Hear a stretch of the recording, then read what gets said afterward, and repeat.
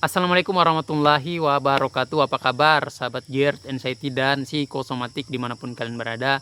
Berjumpa lagi dengan saya Kang Ujub. Tentunya kita masih seputaran pembahasan kita asam lambung, GERD, Anxiety dan Psikosomatik.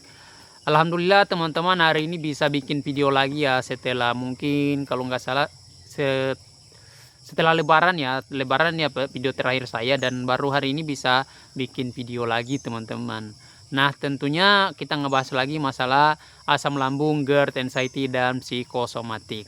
Teman-teman semuanya, seperti biasa saya doakan kalian yang masih banyak sensasi segera membaik, dan insya Allah kalian bisa beraktivitas dengan aman dan lancar ya. Karena itu dia teman-teman, yang paling kita rindukan itu bisa beraktivitas dengan aman dan lancar ya. Saya dulu gitu teman-teman ya, dulu awal-awal saya masih parah-parahnya ya, sensasi-sensasi yang datang teman-teman, itu saya sangat merindukan yang namanya itu hidup dengan aman dan lancar teman-teman ya. Makan enak ya, tidur enak, itu dulu memang saya sangat-sangat rindukan teman-teman ya. Karena bagaimana tidak, setiap hari saya harus ngalamin 1001 sensasi yang datang teman-teman ya. Walaupun jumlahnya enggak 1001, tapi istilahnya sudah 1001 teman-teman ya, jadi istilah karena sensasi yang datang begitu banyak dan bergantian teman-teman ya. Sembuh satu datang satu, sembuh satu datang satu lagi teman-teman. Begitu aja terus setiap hari. Nah, itu tuh membuat saya hidupnya jadi nggak ada kualitasnya teman-teman ya. Dan benar-benar ini terjadi berulang-ulang setiap hari, di pagi hari, mau sore hari, malam hari.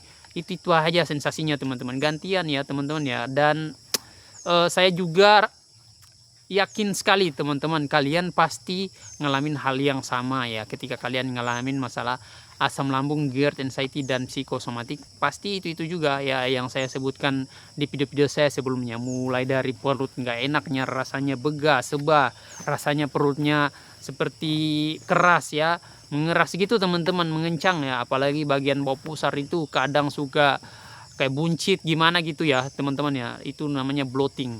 Nah, ada juga nih sensasi di bagian dada nih ya, yang sangat mengganjal ya.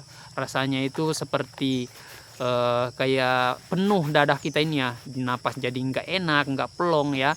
Ditambah juga dengan sensasi jantung kita berdebar nggak karuan teman-teman ya.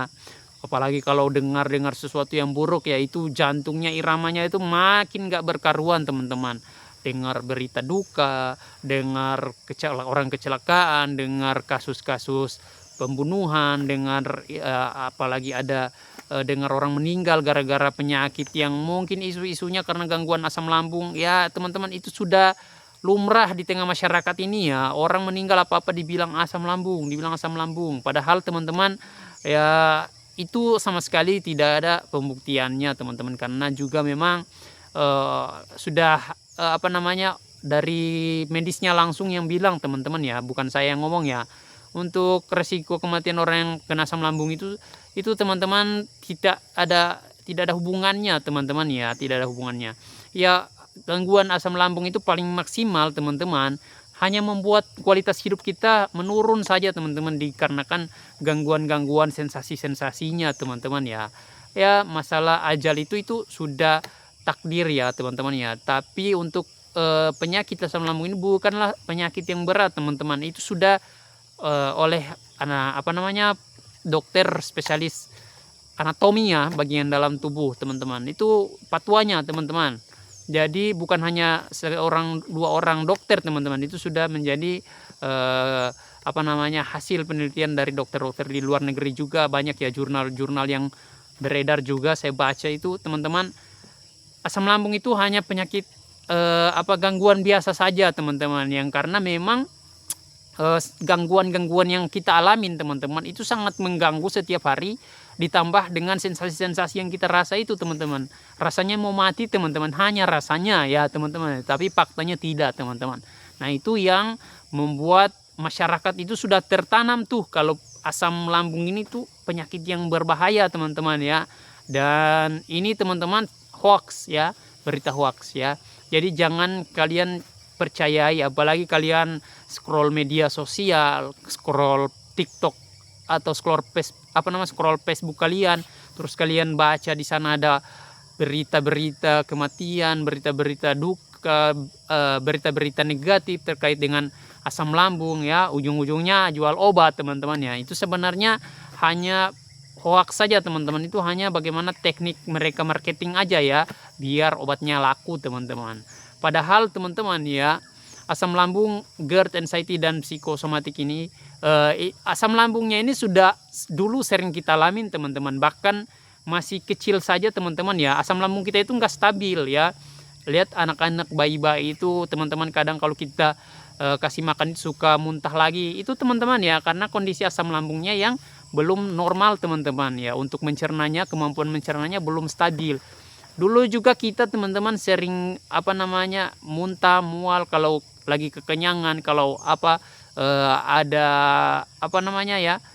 mudik, lagi kita mudik ya, terus kita naik kendaraan mobil, itu karena kondisi lambung kita yang memang tidak terbiasa, terus sensasi asam lambungnya jadi nggak stabil, akhirnya memicu terjadinya mual tadi teman-teman ya. Dulu itu sudah sering kita alamin teman-teman, kita nggak permasalahkan kenapa sekarang ketika kita dibilang asam lambung jadi malah kita besar-besarkan seolah-olah ini tuh seperti penyakit-penyakit degeneratif yang lainnya teman-teman, padahal sama sekali tidak ya, sama sekali tidak ya teman-teman ya. Dan ini hanya karena kita sudah ngalaminnya setiap hari, diganggu oleh sensasi-sensasinya, makanya kita jadi takut, khawatir, mikirnya itu yang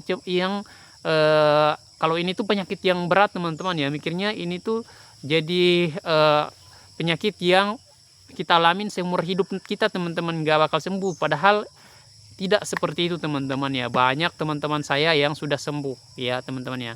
Banyak penderita asam lambung, GERD, anxiety, dan psikosomatis ini yang sudah sembuh teman-teman ya, berkat dari mentor-mentor ya.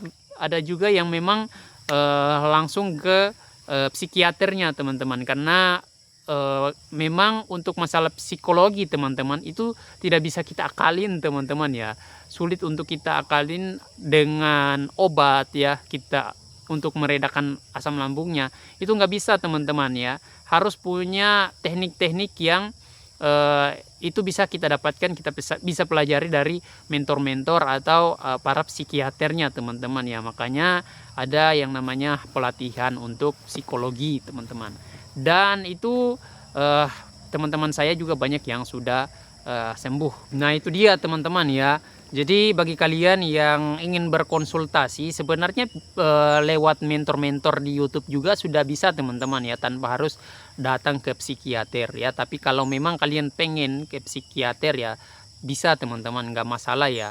Dan saran saya teman-teman ya, selagi kalian masih bisa diatasi tanpa harus minum obat-obat psikiater teman-teman, kalian mungkin masih bisa dengan cara hipnoterapi ya. Coba lakukan itu dulu teman-teman, tanpa langsung harus ngambil keputusan buat minum obat-obat psikiater ya. Jadi kalian jangan pernah berpikir kalau kalian itu tidak akan sembuh teman-teman. Kalian pasti bisa sembuh ya. Ini hanya gangguan biasa aja ya teman-teman ya. Hanya masalah psikologi kita saja, juga masalah kebiasaan-kebiasaan yang dulu sering kita lakukan itu hilang teman-teman ya. Sudah artinya terganti lagi dengan kegiatan aktivitas kita yang baru teman-teman. Dulu kita suka bergerak, sekarang malah sering rebahan. Dulu kita suka makan makanan kesukaan kita, sekarang terbatas ya. Hanya itu saja sih sebenarnya yang berubah teman-teman ya. Selebihnya teman-teman ini adalah aman teman-teman ya. Jadi ingat, ini adalah aman ya. Itu saja yang kalian tanamkan teman-teman.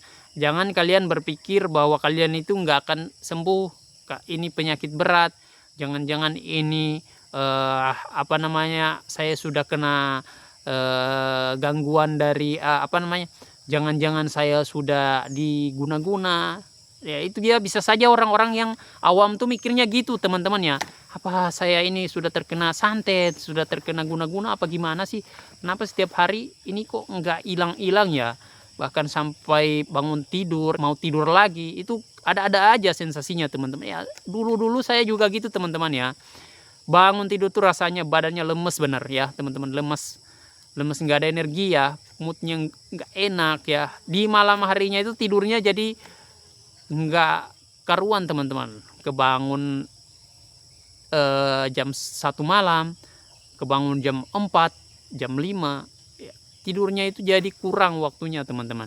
Nah itu dia dikarenakan sensasi-sensasi dan gangguan-gangguan ini teman-teman. Manakala kita bisa ngatasin ini teman-teman ya dengan cara yang sudah saya sebutkan di video-video saya sebelumnya. Coba kalian cross check kembali nih teman-teman ya, sensasi apa yang kalian rasakan, kalian lihat kembali di video-video saya sebelumnya. Itu sudah ada saya jelaskan masalah sensasi di perut ya, bagaimana cara ngatasin perut begas, sesak napas, jantung berdebar ya, pusing kelengan, itu ada sudah saya bahas teman-teman. Coba kalian cek lagi ya, dan insya Allah itu bisa membantu teman-teman. Oke, itu video singkat dulu dari saya teman-teman seputaran asam lambung, GERD, anxiety, dan psikosomatik. Nanti saya akan coba upload lagi teman-teman di video saya berikutnya, mungkin 2 atau 3 hari lagi ya teman-teman, dipantau ya. Dan terima kasih sudah menonton sampai selesai. Assalamualaikum warahmatullahi wabarakatuh.